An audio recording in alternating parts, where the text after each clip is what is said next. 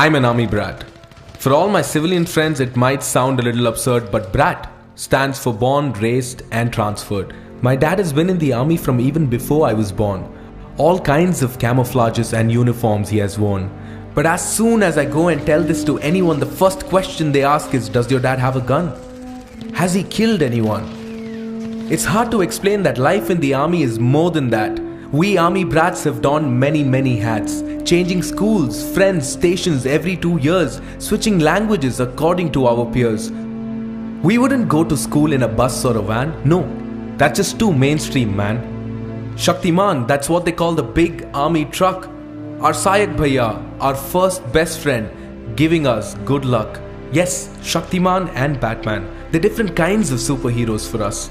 We army brats really don't like wannabes. Trust me, I've got Akshay, Priyanka and Arnab in my posse.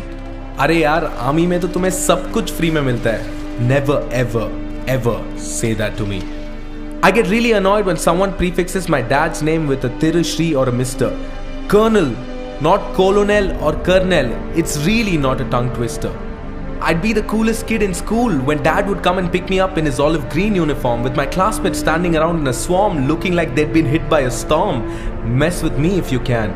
My dad is an army man. An army brat's life is one of a kind. When you meet a new army brat, mutual friends you always find. Cause we've lived in so many different locations, places people would be scared to go even on a vacation. But I'm not complaining, it is so much fun. Army parties with retro songs, great food and the Dhai turn.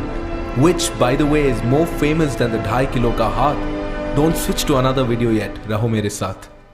For me, canteen means CSD, furniture means MES, and home is always the army cantonment. My international experiences have always been very different. Dad would take us to the border and teach us the order. That side is theirs, this side is ours. As a kid, I was shocked to see that both in India and Pakistan, the same way camels walked. But it hasn't been all rosy, in all honesty, I must admit. Missing my birthdays and annual days were crimes my dad would often commit. And those times when your heart and mind just refuses to tally. Your father is posted in the most insurgent valley. Army officer killed in encounter, the news flashes. Defense personnel reduced to ashes. You can't help but think about the worst that could have happened. There's a sudden sense of peace after that when you thank God it was not your father. But feels so bad, so horrible for the martyrs' kids and families who now have it bad.